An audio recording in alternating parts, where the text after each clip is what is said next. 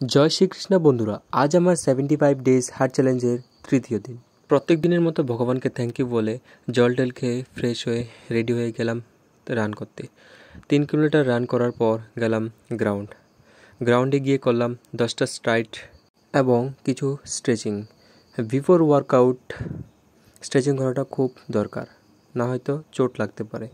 তারপর করলাম 100টা সাপাটে, 30 second handstand, দেশি স্টাইলে করলাম 50 দণ্ড, 100 স্কোয়াট করে দিলাম। মর্নিং ওয়ার্কআউট শেষ। তারপর বাড়িতে এসে জল খেয়ে ব্রাশ করে চান করে খেলাম কলা এবং ভিজানো ছোলা।